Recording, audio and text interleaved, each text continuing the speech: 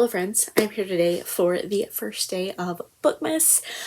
We're going to do it a little bit differently this year, and I am going to give you a recommendation every other day until Christmas.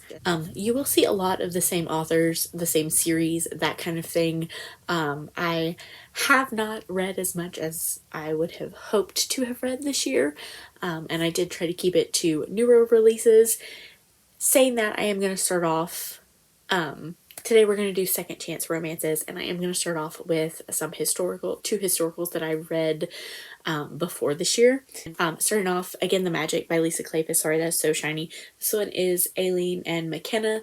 They have a little bit of a thing when they are younger, but due to class differences, her father does not think that he is good enough for her. He goes off to make a fortune and comes back to prove her father wrong. And then next up we have The Day of the Duchess by Sarah McLean. This one is Malcolm and Serafina. They have been married previously and are going, I don't remember if they're going through a divorce or if they've just recently been divorced, but he enlists Serafina's help because he is a duke, so he says he needs a duchess, so he enlists her help to find him a new duchess. But he like sets up everything to where she's always the perfect person for what he needs. So yeah, these two historical romances, definitely recommend. Okay, everything else I think I've read this year. The rest of them are all contemporaries. So starting off with is 50 Ways to Win Back Your Lover by Kelly Siskind. I don't know how to say her name. So I do not remember the main male character's name in this. Goodreads says it's Edgar, so I hope that that's it. But this is about Edgar and Delilah. They are high school sweethearts. They are on track to go to college together, get married, that kind of thing. But his family is very suddenly taken into witness protection because his father was doing some business with some not great people and had flipped and turned on them.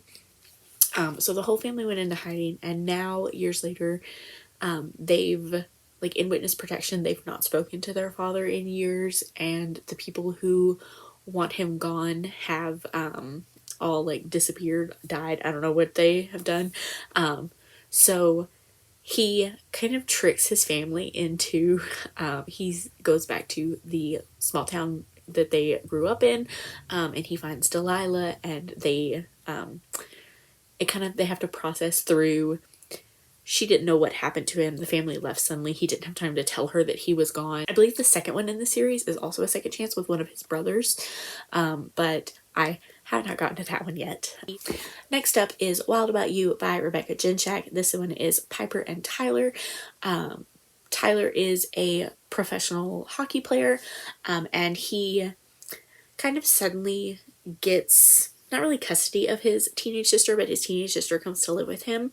She did not have the best home life when she lived with, I think it was their mom. And so she comes to stay with him and starts going to this new school, and she's getting in trouble a lot. And one day he gets called to the school, and the teacher that is in the office with her is his ex-girlfriend. And so he had kind of left her when he went to go off to be a pro hockey player. It was kind of just we want different things at this time. There was no, I don't remember there being like any big fight or anything. They didn't like hate each other, or one of them didn't hate the other or anything like that. But yeah, he enlists Piper's help to kind of figure out what's going on with his sister, why is she acting out, that kind of thing. And then she offers to stay with the sister while the team is on the road, and so it's a lot of forced proximity because she'll be at his house when he gets home from a road trip, and then like I think one time there was a storm, so she had to stay and that kind of thing. But yeah, I really loved this one. It was my favorite in the series so far. Next up is The Words by Ashley Jade. This one is a second chance rock star romance. This one is Lennon and Phoenix. We get kind of their build up to their like first relationship in this one. So they start off in high school. I think they're put together for a project or for tutoring or something like that. And then they realize that they have this really strong connection. I think she's a poet.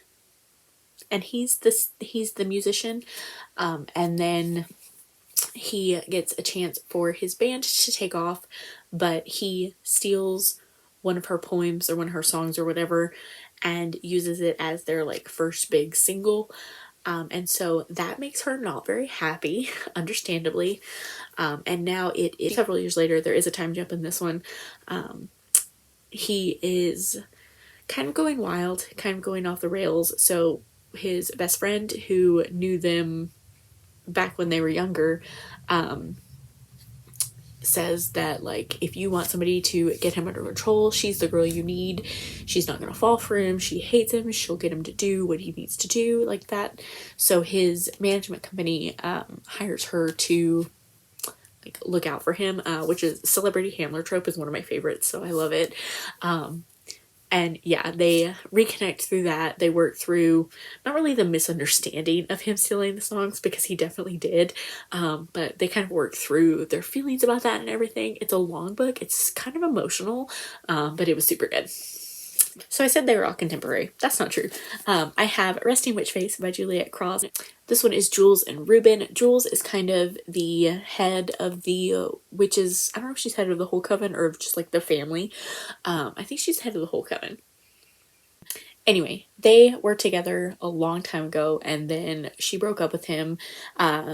We'd kind of gotten glimpses of like maybe something happened, that maybe they didn't get along, but it was that they are both in power. She's over the witches and he's over the vampires, and she didn't know like how to make him understand that she also had like that responsibility. So yeah, it is, I think, 10 years later now, 12 years later now, and they are watching her sisters and his friends get married, and he decides that he's done waiting. He decides to throw himself into the cause that the witches have of trying to get all the magical creatures to sign this treaty to where they like work together. He decides to throw himself into that cause, and he kind of invites himself along to where did they go? To London, while she's going around meeting with different covens and everything. He invites himself along that. So it's kind of, they don't really go on a road trip, but it is like a travel. They travel to these places to get the support that they need, and he like shows her he can support her, and he can do his like head of the vampire thing, and he can support her while she's doing her head of the witch thing. And yeah, I loved this one. It's a lot. Yeah. Next up, I have Only You by Samantha Young. This is the fifth and final book in her Adair family series. This one is Monroe and Broden. They were high school sweethearts, and then due to a very big misunderstanding, Broden is angry at her. He kind of leaves without ever like telling her goodbye or saying anything, and it's been so long since either of them were back in their hometown in Scotland, and then I think she moved home because her mother was sick. He's the last brother in the series, so all the other brothers have moved home. They've convinced him to come home. There was even one point, I think, in the last book where they told him, like, she's not there. She hasn't been here since you've been here. Like, there's no way you'll run into her. And they end up running into each other because they come home at the same time. She is a teacher, and then she's actually the teacher of his nephew, and they are putting on a school play, and because he is a famous actor, he is kind of guilt-tripped by his nephew into helping, and so they are thrown together due to working on the school play. This series does have small suspense elements in it. I don't exactly remember what the one in this one was, but yeah, they, as far as the main couple working through their issues for the second chance, I loved this one. This one I didn't know if I should put on here, but it does say second chance on the back, so I'm gonna do it anyway, but I'm gonna explain to you what's going on. In the Likely Event by Rebecca Yarros, the back of it says, "Is it a second chance if you never had a first?" This one is about Izzy and Nate, and this one is kind of a dual timeline. Part of it is them like meeting on this airplane that crashes. They have to kind of like, they're like sitting next to each other, they're chatting, the plane goes up, it goes down pretty quickly. She gets hurt very bad, and then he kind of takes care of her until they get rescued. And then in the present day, he is in the military, part of this like special ops. I forget exactly what it's called. And she is working for a politician, and she goes over there, partly for the politician and partly because her sister is a journalist, and the last time they saw her was near wherever it was they were stationed. So he's like on the protection crew for this politician's team. And then they see each other again. They haven't seen each other in a few years.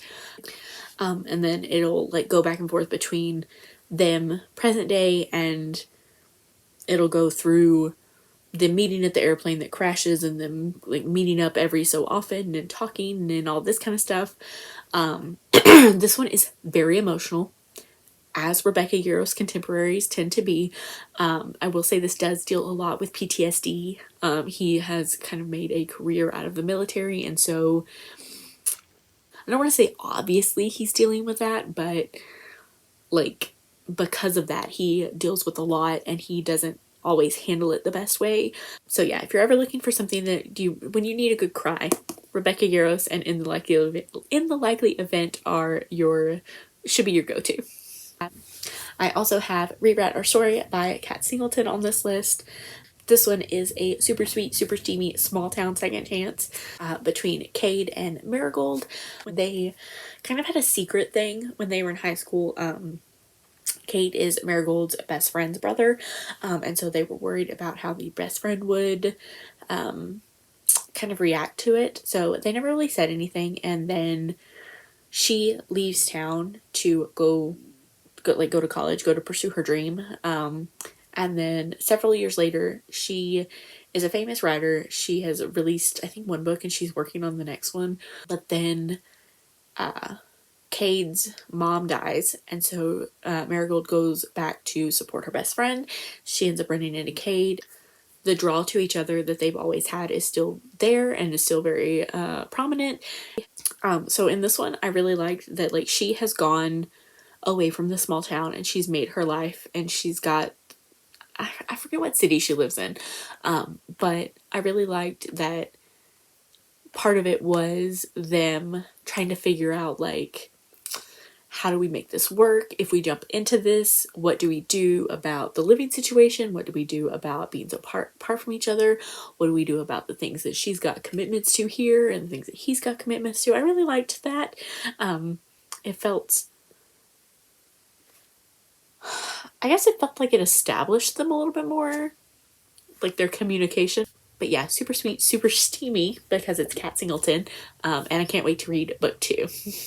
One that was a total cover buy for me, and I was so pleasantly surprised by the actual story of it, is Where We Started by Ashley Munoz. This is book 1 in the Stone Riders MC series. This one is about Callie and Wes. Callie grew up as the daughter of a motorcycle club president, and when she was a young teen, I want to say like 12 or 13, she made her way into the treehouse at a neighbor's, and that just happened to be Wes's treehouse. He was brought up in a very religious, very opposite from her family, and so she always kind of was drawn to spending time with him and spending time because he was normal and not part of the motorcycle club life. Well, something happens when she is, I think she was 18. I think she gets kidnapped, and in order to save her, Wes makes a deal that he will join the motorcycle club, even though he knows that that's not the life she wants. She doesn't want to be married to somebody in it. Like, she doesn't, like, when she's old enough to leave, she doesn't want anything to do with them. And so it breaks her heart that he agrees to that, especially that he did it to save her. And I think this one is 6 years later. She finds out that her dad has died, and so she comes back to bury him, and then before she can leave town, the lawyer tells her that there's a will that needs to be read and that she needs to stay for that. And so when she gets to his office, Wes is also there and lets them know that the dad left her the property that the like motorcycle club, like clubhouse, is on. And so Wes He's very angry at her because he thinks that she doesn't see why he joined. But these two had a lot of anger, but they had a lot of like draw to each other, and there was a rival motorcycle club there, and she always, like, even like in her subconscious, she was always like, if Wes is here, I am safe. This one was super sweet, especially if you're not that into motorcycle club romances. I think you would like this one. It wasn't like too like over the top. There were some like stereotypical motorcycle club terms and things that happened, but overall I thought that this was a really like, it was more of a sweet romance, honestly. Next up, I have Final Offer by Lauren Asher. This is book 3 in her Dreamland Billionaire series. This one is Callahan and Alana. They had kind of I guess more of a summer romance, but it was a very intense summer romance. Like they were trying to figure out how to be together like on an everyday basis. But Callahan was dealing very strongly then with addiction issues, and he's still kind of working through being an addict. The Dreamland Billionaire series is about the grandfather who passes away and gives each of his grandsons this task in order to like take over his company. And Callahan's task is to go to the lake house and fix it up to sell it. He's got, I think, like 6 months to sell it or something like that. Well, he gets there and Alana lives in the lake house. Callahan was under the impression that nobody had ever been to it in so long, and that it was just sitting there in ruin. But he gets there and Alana and her daughter, she has a kid, I think it was a daughter, are living there, and he's kind of surprised to see them. She's surprised to see him. There is a moment where he thinks that it may be his kid, but they talk about it. He like asks her and she says, no, it happened after you left, and that kind of thing. So there's no like hidden baby drama. But this one is another one that's kind of emotional.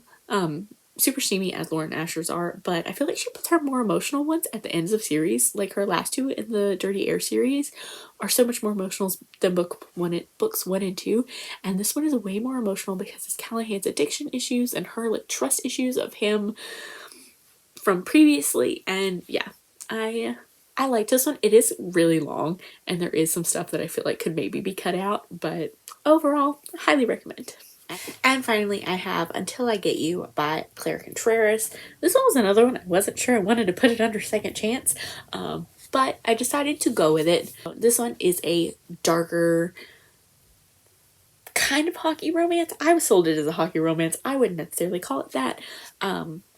This one is about Lachlan and Delilah. He is a college hockey player. They have this whirlwind romance. There's somebody who's like stalking her, who, trigger warning, has been raping her since she was a teenager. And so that person kind of, they didn't really leave her life, but they kind of like come back prominently in her life and let her know that like they know that she's with him and like they could potentially hurt him, and they do attack him the night of like their championship game. And so Delilah thinks that she is protecting him by running off and changing her name. It's 3 years later. He has played professional hockey, but now he is retiring to go to work for his dad's company, and he uses the resource from the dad's company to find her. And when he finds her, he lets her know that she is his, and that they are not going to be doing whatever it is they went through again.